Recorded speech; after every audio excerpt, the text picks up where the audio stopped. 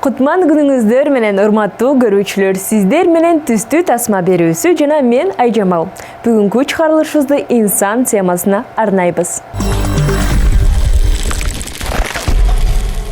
Инсан болуу бул коомдогу бир индивидуалдуу адам болуу. Ар бир инсандын өзүнүн каалоолору жана максаттары бар. Ал эми адам өзүн укпай, коомду жоготуп калса, психологиялык кризиске кабыланат экен. Бул тууралуу кененирээк кийинки видеодо. Адамдардын эң чоң көйгөйлөрүнүн бири биз өзүбүздүн жолубузду өтө эле жакшы билебиз. Биз тышкы дүйнөнүн талаптарына баш ийген адистербиз. Бизден күтүлгөн нерсени жасайбыз. Коомдо кабыл алынган жол менен биринчи орунга коебуз. Биз жакшы балдар же кыздар бойдон кала беребиз. Биз бул укмуштуу эрдикти ондогон жылдар бою жасай алабыз. Бул сырткы басымга жана ички курт тешигине салыштырмалуу кичинекей нерсе. Качандыр бир кезде күтүлбөгөн жерден бир күнү биз өзүбүздү кошкондо баарына таң калабыз. Ажырым ар кандай түрлөрү болушу мүмкүн. Биз эми төшөктөн тура албайбыз. Кататониялык депрессияга кабылабыз. Бизде социалдык тынчсыздануу пайда болот. Биз тамак жебейбиз. Биз туура эмес сүйлөшөбүз.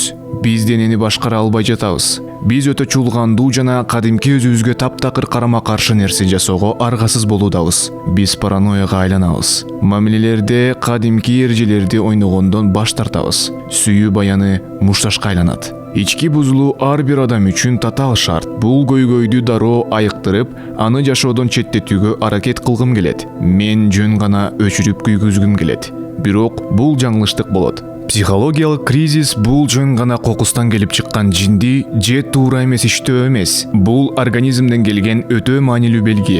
Бул биздин акыл эсебиздин бир бөлүгү өсүү, өзүн өзүн түшүнүү жана өзүн өзү өнүктүрүү процесси башталгандыгын экинчи бөлүгүнө айтуу аракети. Бул организмдин эмоционалдык азап чегүү аркылуу позитивдүү өнүгүүгө түрткү берүү аракети деп айта алабыз. Кооптулугу, эгер биз бузулууну дарылап, аны дароо четке түртүп салсак, анда биздин азапка мүнөздүү сабакты өткөрүп жиберебиз. Ички бузулуу жөн гана оору эмес. Бул үйрөнүүгө укмуштуудай мүмкүнчүлүк. Сагынганыбыздын себеби бул жылдар бою аябай ийилгенибиз. Биздин белгилерибиз көптөгөн белгилерди жана сөздөрдү сагынышты. Мына эми ушунча убакыт бою унчукпай, эмоцияга алдырган мен жетишпеген жерлерди көрсөтүп жатат. Бул абдан үмүтсүз. Жада калса, биз бул дудук каарды түшүнүп, боор орушубуз керек. Эң негизгиси мындан ары ал башка үн менен тосулуп кала турган же андан алысыраак боло турган фондук ызы чуу эмес. Өзгөрүүгө мезгил келди. Же өлүм. Жымжырттыкты орнотуунун оңой жолу. Эмнеге биз өз убагында эмоционалдык муктаждыкты жай баракат тыңшап, бузулуу мелодрамасынан алыс болбойбуз. Себеби аң сезим акылдуу мүнөздө жалкоо, сарсана жана зомбулук менен өз ара диалогко алып баруучу нерсе менен байланышкысы келбейт. Көп жылдар бою ал кандайдыр бир кайгыны уккусу келбейт жана ал каалоолорун жашырат. Бул процессти революция менен салыштырсак болот. Көп жылдар бою эл өкмөттү алардын талабын угууга мажбурлап келет. Көп жылдардан бери өкмөт тынчтык иш-чараларын жасап, бирок кулактарын тиштеп келе жатат. Бир күнгө чейин сарайды басып алып, күнөөсүздөргө жана күнөөлүүлөргө ок чыгара турган адамдардын чыдамы түгөнөт. Негизинен ыңкылаптар жакшы натыйжа бербейт. Элдин мыйзамдуу дооматтары көңүл сыртында калууда. Бардыгы жарандык согушка алып келет. Ички тыныгууларда деле ошондой болот. Цензурага эмес, азапка кулак сал. Сиз каалоолоруңузду, өзүңүз үчүн көбүрөөк убакыт сураган өтүнүштү, жакын мамилелерди, чынчыл адилеттүү дүйнөнү байкай аласыз. Сөз бул биздин чындыгында ким экенибизди кабыл алуу. Ошол себептен ичип баштадык же өзүбүздүн үстүбүздө иштебей калдык. Кризис бул өзүн өзү көрсөтүүнүн башка жолун таппаган, өзүн өзү өркүндөтүүгө ачкачылык. Көптөгөн адамдар ушул коркунучтуу айлардан же жылдардан кийин ооруп калбасам, чын эле ден соолугум чын белем деп айтышат. Эң оор учурда биз көп учурда биз жинди болуп калдыкпы? Жок.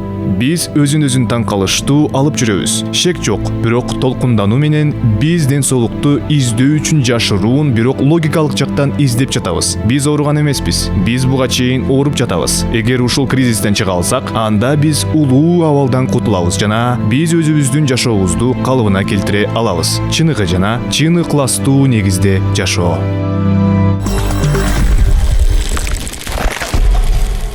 Ал эми кийинки видеодо Бегимай Карыбекова Кыргызстандын модели гана болбостон, ал эл аралык мода дүйнөсүндө да белгилүү. Көңүлүңүздөрдү буруңуздар. Кутмандуу күнүңүздөр менен достор. Бүгүн Кыргызстандагы белгилүү айымдар менен ийгилик сырлары, жумуш, үй бүлө, ошондой эле кыялдар жөнүндө маектешүүнү улантабыз. Жаштыгына карабастан болгону 22 жаштагы Бегимай Карыбекова өзүнүн мурт ийнинин артында моделдик бизнес жаатында таасирдүү тажрыйбага ээ. Мисс Кыргызстан 2017 бүгүнкү күндө Европа өлкөлөрүндө суроо талапка ээ жана белгилүү дизайнерлердин жүрөгүн ээлейт. Италиянын Emporio Armani брендинин модели, Puma брендинин чоң роль жараткан Бегимай Кыргызстандан Мисс Вселенная сынагына катышкан биринчи айым болуп чыкты. Персона программамдын алкагында Бегимай Карыбекова бизге алыска айылдан келген жөнөкөй кыз өз мекенин чегинен тышкары жерден кандайча ийгиликке жетишкендиги жөнүндө айтып бермекчи. Саламатсыздарбы? Ушул эфирге чакырганыңыздарга чоң ыраазычылык. Өзүм жөнүндө кичине тааныштырып кетсем, мен Нарын областынын Актал районунда төрөлүп чоңойгом. Кичинекей кезимден баштап боюм узун, келбеттүү болгондуктанбы элдин баары модель болот деп мындай психологияма киргизип коюшкан да. Анан кичинекей кезимден бери эле билчүмүн модельдик кесипти аркылайт экениме. Салттуу үй бүлөдө төрөлгөнүмө карабастан менин ата-энем ар заман колдоо көрсөтүп келишти. Ал анткени бул менин модельдик чөйрөмдү колдогону эмес, бул ар бир адамдын жашоосун адамды сыйлаганы деп билем. Ата-энеңизге, тууган туушкандарга жардам берип, бир ушул жагынан салымыңыз көп го дейм, Айтып кетсем, менин эң алгачкы карьерамда менин туугандарым, бир тууган эжелерим дизайнер болуп иштешет. Эң башкы карьерамда алар абдан көмөктөшкөн. Мамам жана бир туугандарым баарысы абдан колдоо көрсөтүшкөн. Германияда да эжем бар. Мамамдын бир тууган сиңдиси бизге эже катары мен баштапкы карьерамда финансылык түрдө абдан колдоо көрсөткөн. Бирок азыркы учурда мен өзүм Кыргызстан үчүн абдан жакшы акча каражаттарын таап калганыма байланыштуу көп эле жардам эмес, бул менин милдетим деп эсептейм. Мен мисалы айтып атпаймынбы, Нарын айылда өсүп чоңойгом, чоң ата чоң апамдын колунда. Ал убакта менин мамам, папам Бишкекте эмгектенишкен. Мен ойлочумун да, ата-энем Бишкекте жыргап жүрөт деп, анан кийин чоңоюп калганда келгенде ата-энем биз үчүн өзүнө эч нерсе албай, баардык тапкан ташыганын баарын бизге коротконун көрүп, көзүм ачылганда, менин милдетим бул мен ата-энем үчүн ийгилигим баарын ата-энем үчүн арнайм. Жана азыркы убакта деле ар бир тапкан ташыганымды мен өзгөчө мамам үчүн арнайм. Эми азыр мен өзүмдүн жеке үй бүлөм болбогондуктан мен өзүмдүн ата-энем үчүн, бир туугандарым үчүн бүт каржылайм. Канча бир туугансыз? 4 бир туугандын 4 бир тууганчысы болом. Ким эжелериңиз, байкелериңиз? Эжем и байкем бар жалгыз. Баары үйлөнүшкөн? Бардыгы бойдок. Ооба. Мен азыр мисалы да мамам дагы эмгектенет, иштейт. Мамам 50-49 жашта. Мен мындай канчалык акча каражаттарынан жардам кылбасын, мамам айтат, мен иштегенди жакшы көрөм, мен иштешим керек. Жагат да мамама. Мен ойлойм, бул адамдын ден соолугу жакшы болсо, эмгектен башка эмне бар жакшы. Ушу пандемияга чейин кандай ийгиликтер болду ушул модельдик сиздин кесибиңизде? Мен акыркы 4-5 жылдан бери Европа мамлекеттеринде эмгектенип жатам. Бул Италия менен 2 жыл контрактта болдум. Андан кийин азыркы убакта Германия менен келишим түзүп иштеп жатам. Азыркы убакта дагы китайский рынок абдан дүйнөдө жайылып баратканына байланыштуу азиат модельдерине суроо талап абдан жогору. Ошондуктан мен дагы жумуштарды жакшы алып, жакшы эмгектенип жатабыз. Бул айтуу кетчү нерсе, мен өзүм кыргызмын, жети атамдан бери бүт кыргыз. Өзүмдүн именно кыргыз кыздардын моделдик чөйрөдө ийгилик жаратуусу бул биз азиаттарга да окшошпойбуз, биздин келбетибиз бир башкача деп ойлойм. Эч кимге окшобогон, интересный внешность. Көптөгөн биздин фотографтар жана ошо брендтердин менен иштешкен адамдар таң калышат да, внешность каяктан мындай табылбайт.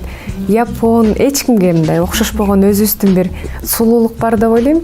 Европа менен азиаттардын миксиндагы.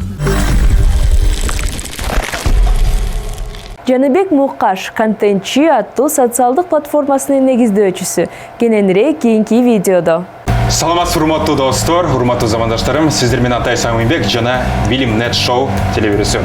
Биз бүгүн Кыргызстандын жаш, прогрессивдүү жаш адамдар менен замандаштарыбыз менен сүйлөшмөкчүбүз. Жана биздин эң алгачкы коногубуз Тентек компаниясынын негиздөөчүсү Жарил Муканбетов.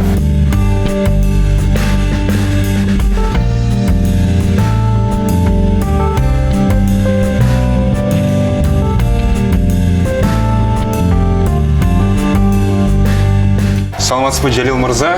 Саламатсызбы. Студиясына кош келипсиз. Рахмат. Жана мен эң биринчи суроом, сиз кимсиз жана сиздин ошо компанияңыздын эмне үчүн Тентек деп атап койдуңуз? Менин атым Жалил Муканбетов. Мен Тентек студиясынын негиздөөчүсү болом. Тентек деп биздин өзүбүздүн кандай айтайын, аура, атмосфераны көрсөткөн сөз да.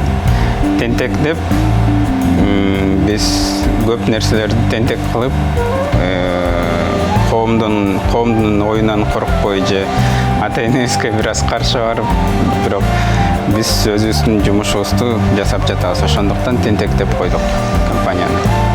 Мына Тентек деген бир эркин, күрөшкөн, бир нерсени жаңы бир нерсеге умтулуу деген максат. Ооба, Тентек, мисалы үчүн бизде Тентек деген бир аз кээде жаман мааниде айтып коюшат, бирок Тентек деген сөздүн мааниси жакшы. Тентек балдар, эмнеге алар Тентек? Анткени алар көп нерсеге кызыгат. Ошондуктан биз деле ошол Тентекти биз көп нерселерге кызыккан үчүн Тентек деп койдук да. Тентек бул хулиган эмес, орусча которгондо жаман мааниси болуп калат. Хулиган, непоседа деген эки сөз бар, бирок Тентектин түпкү маанисин чыгарбайт. Тентек деген бир аз башкача мааниде сөз да. Кайдыгер болбогон, бир жакшы жаңы нерсеге умтулган бир изденген бир адам деп койсок болот. Тентектер ученый болот. Сонун. Ал эми ошол Тентек, сиз ошол Тентек студиясына көп эле болуп калды, бирок ошол сиздин эң алгачкы жолуңуз ошол Тентекке кандай жол менен баштагансыз, качан баштагансыз жана эмне менен баштагансыз, кайсы долбоор менен баштагансыз? Ошо сизге Тентек студиясын ачууга эмне түрткү болгон? Биз биринчи баштаганда тарых проекти менен баштадык. Тарыхты анимация, инфографикага чыгардык. 20 сериялык Кыргыздын бүт тарыхын 20 сериялык анимационный проектке жасадык. Ошо менен баштадык. Анан Карагат деген студияны ачканбыз. Ал биздин мындай тажрыйбабыз. Биз ал жактан банкрот болгонбуз. Анан кайта Тентекти жакын досторубузду чакырып, Тентекти ачканбыз. Тентекти ачканыбызга 1,5 жыл болуп калды. Жакшы. Анан эгер тарыхты карап көрсөк, ошол сиз ошол история, тарых, Кыргызстан тарыхы деген бир долбоорду баштаганда, бул аябай чоң бир фурор болгон, маалымат жагынданчы. Анан сизде ошол Азаттык, Настоящее время көптөгөн ошо журналисттер интервью алып, анан ошо президентке чейин да жеткенсиңер да ошо маалыматчы. Ошол сиз президент аппараты менен кызматташуу деген бир сөз болуп аткан, ошо кандай кызматташуу болду жана кандай жыйынтыкка келдиңиз? Кызматташуу башталган.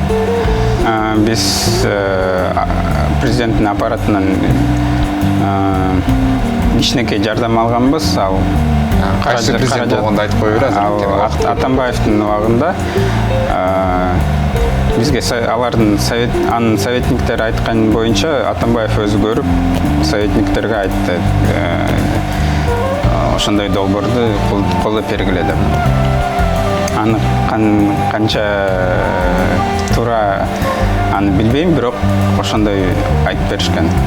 Ошентип биз долбоорду аппаратка да бердик. Аппаратка бир эмени койдук. Пропаганда болбойт, госпропаганда болбойт.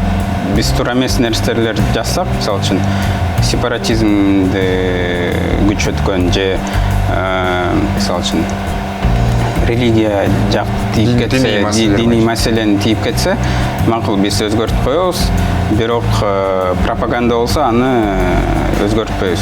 Ошол эле эмеде. Ага макул болушту. Мурас фондуна сценарийлерди бердик. 3 жолу редактураны өттүк. Азыр экинчи редакцияны чыгардык. Бирок 2018 жылы кызматташуу бүттү. Алардан бир да маалымат келген жок. Биз аларга жазып эметкенден кийин жооп келген жок. Ошентип кызматташуубуз бүттү. Азыр бизде мындай Кыргызстанда аябай мындай бюрократия деген маселеси аябай курч болуп жатат. Анан сиз ошол бюрократия жагынан кандай бир жакшы тараптары бар экен, же терс тараптарын айтып бересизби? Ошол эмне сизге кыйынчылык болду? Биз ошо мамлекеттик органдар менен иштөө кандай нерсе экен, кандай тажрыйбага ээ болдуңуз? Мамлекеттик органдар өтө аябай эле бюрократиялык органдар. Алар менен иштеш кыйын. Ошондой тажрыйбаны алдык, бирок иштесе болот. Кандай жагынан кыйын? Убакыт көппү же процедуралар көппү? Кетет. Мисалы үчүн мамлекеттик органдар батыраак иштесе, экинчи редакцияны 2 жыл мурун чыгармакпыз. Ал эми чыгарылышыбыздын аягында Курултай аттуу кыргыз хип-хоп маданиятын колдоочу бирикмесинин колдоосу менен чыккан ырга көңүлүңүздөрдү буруңуздар. Ушундай адамдар кыялдангандан коркпой, өз максаттарын коюп, ийгиликке жетишүүдө. У меня было много времени на размышления. Я знаю, я сделал много плохих вещей в жизни. Но я решил говорить правду. 75-й. И не отстать. Район это яма, пацы решают, как из нее вылезти. Пацы мечтают об богатой жизни, тоже хотят тратить, тоже хотят иметь бизнес. Пока папины дети брали папины деньги. Мы нуждались в бумажках и были рады каждой копейке. Мы, как она есть, были на дне со своими мыслями в голове. Как бы здесь не стать жертвой системы, как бы избавиться от проблем, но остаться никем. Это не по мне, я не из тех, кто просто стоит в стороне. Нет, я не такой, как все, и буду говорить правду вам всем. Время летит, город не спит, улицы просят этот мотив. Строки строго ложатся на бит, 70 снова шумит, фарта замостит, новый день вдохновит. Всему вопреки, Всевышний благословит. Со мной рядом мои кыргызы, мы начинали с самого низа.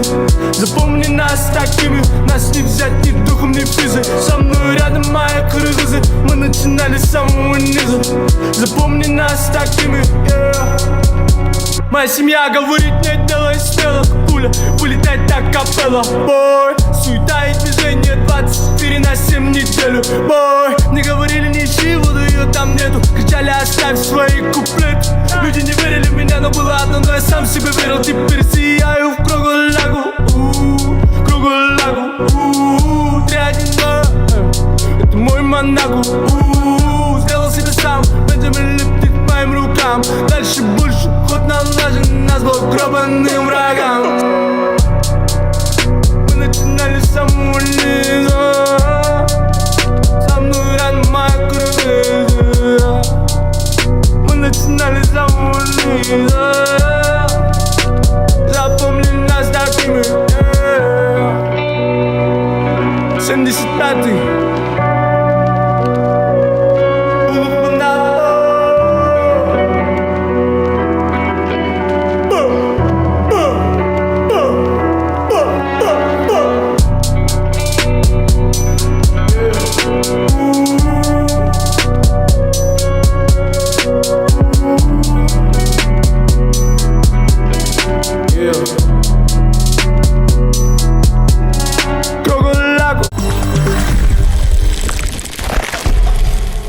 Ушундай көңүлдүү нотада биздин чыгарылышыбыз аягына келди. Сиздер менен мен Айжамал түстүү тасма берүүсү.